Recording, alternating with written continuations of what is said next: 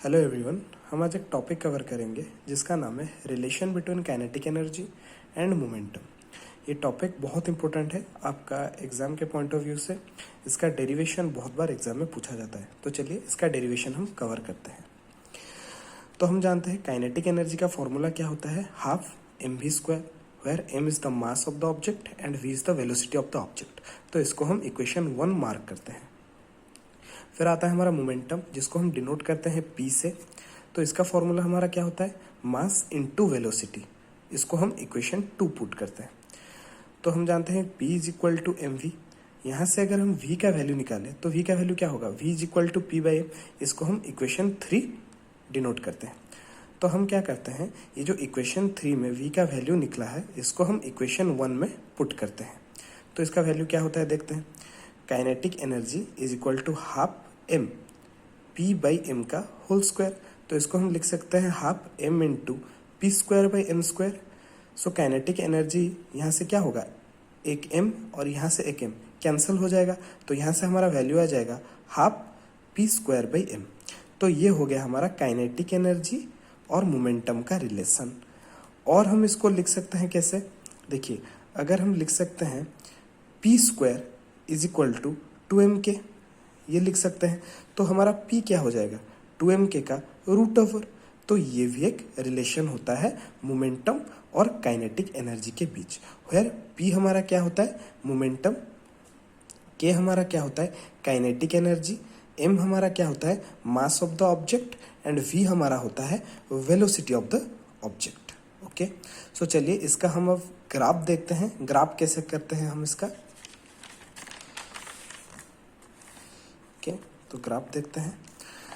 तो हम ये इक्वेशन को हम डिराइव कर चुके हैं, ये जो रिलेशन था इसको हम डिराइव कर चुके हैं। ओके, तो पहला केस में हम क्या देखेंगे, अगर हमारा p जो है, ये जो मोमेंटम है, ये कांस्टेंट हो गया, तो ये जो k है ये मास के साथ इन्वर्सली प्रोपोर्शनल हो जाएगा। तो इन्वर्सली प्रोपोर्शनल का ग्राफ कैसा बनता है, ये वाला ग्राफ बनता है इन्वर्सली प्रोपोर्शनल का। ओके, के यहाँ पे है, मास यहाँ पे है, तो इन्वर्सली प्रोपोर्शनल मतलब ये बन गया हमारा ग्राफ। केस टू में क्या होता है, अगर के हमारा कांस्टेंट है, मतलब काइनेटिक एनर्जी हमारा कांस्टेंट है, तो हम लिख सकते हैं constant equal to P square by 2m according to this formula.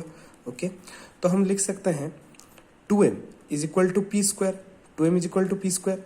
तो हम बोल सकते हैं ये जो मास है हमारा मोमेंटम के साथ डायरेक्टली प्रोपोर्शनल है। अब देखिए इसका ग्राफ कैसे बनेगा। मान लीजिए अगर p का वैल्यू है 2, तो मास का वैल्यू कितना होगा, अगर मोमेंटम का वैल्यू है 2 तो मास का वैल्यू कितना होगा 4, क्योंकि इसका स्क्वायर हो जाएगा। अगर मोमेंटम का वैल्यू है 3 तो मास का वैल्यू हो जाएगा 9। अगर मोमेंटम का वैल्यू है 4 तो मास का वैल्यू हो जाएगा 16। अगर हम मोमेंटम का वैल्यू को थोड़ा सा बढ़ा रहे हैं तो मास का वैल्यू बहुत ज़्यादा बढ़ रहा है। तो अकॉर्डिंग टू दिस, तो इसका ग्राफ कैसे बनेगा, ऐसा। ये होगा हमारा मोमेंटम, ये वाई एक्सिस में हमारा मोमेंटम होगा और एक्स एक्सिस में हमारा मास होगा। तो इसका ग्राफ कुछ ऐसा बनेगा। ओके, फिर आ गया हमारा केस 3। अगर हमारा मास कांस्टेंट हो गया, मास कांस्टेंट का मतलब क्या है, ये फॉर्मूला में देखते हैं। मास कांस्टेंट का मतलब क्या है, ये जो हमारा काइनेटिक एनर्जी है ये मोमेंटम के साथ डायरेक्टली प्रोपोर्शनल हो गया। काइनेटिक एनर्जी जो है वो मोमेंटम के साथ डायरेक्टली प्रोपोर्शनल हो गया। तो देखते हैं इसका ग्राफ कैसा बनेगा।